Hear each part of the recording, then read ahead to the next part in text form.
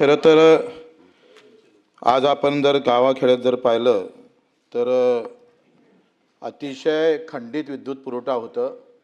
त्याचं एक उदाहरण जर पाहिलं तर मी तुम्हाला देतो.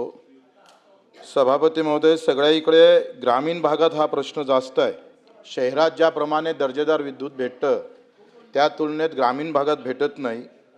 मी कालची लाईट कशी भेटली आम्हाला सांगतोय. संध्याकाळी 6 वाजता लाईट गेली, 6:25 आली. आणखी संध्याकाळी 6:43 गेली. मग 7:25 आली. आणखी 8:35 लाईन गेली आणि ते 8:50ला आली.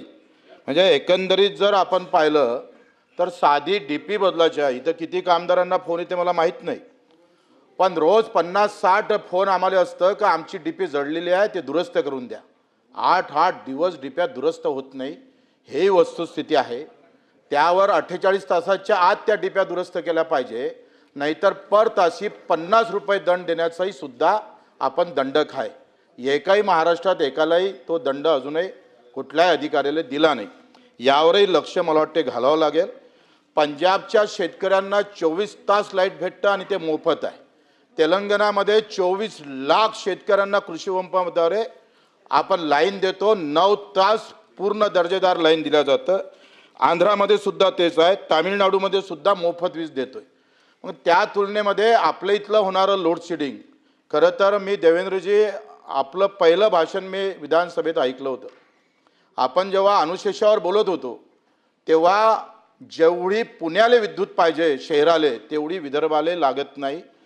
हे खरं तर वस्तुस्थिती आहे आणि ती सुद्धा दर्जेदार भेटली पाहिजे आणि ते कमी दरानं भेटली पाहिजे, कारण सगळ्यात जास्त विद्युत हे विदर्भात तयार होतं. तर त्या संदर्भात आपण निर्णय घेणार का?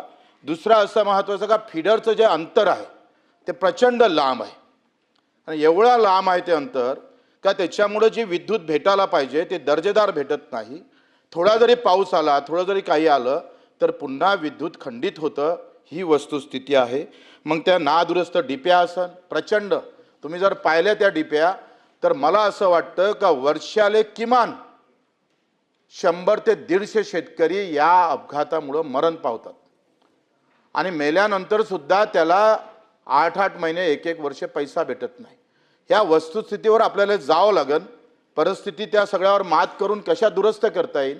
फीडर वाईज चांगला फीडर, जसं आपण पाहतोय का सुंदर गाव कल्पना तुम्ही राबवली, तसं सुंदर फीडर ही कल्पना राबवून जे कुठली तक्रारमुक्त फीडर राहील का या बाबतीतही आपल्याला निर्णय घ्यावा लागेल.